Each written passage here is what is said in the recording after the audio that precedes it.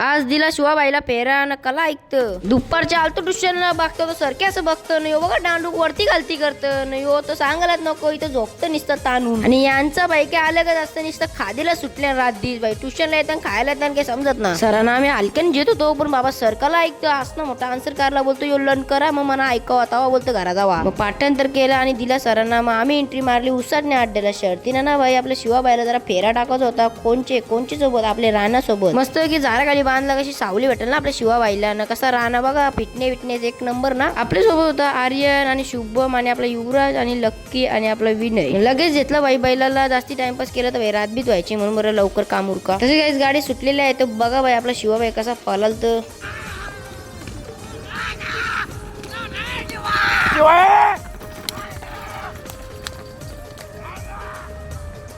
बघतो तो भाई मस्त गाडी पळाली कला ऐकतो. आमची पण गाड्या सुटल्या नाही तर आता आपण फेरायचं आपल्या देवाबाईला घोडी सोबत. तर बघा आता कसं पळालतं ना भाई फुल जोश मध्ये होता. बघतो तो काही देवाबाई मस्त पळालतं बघा.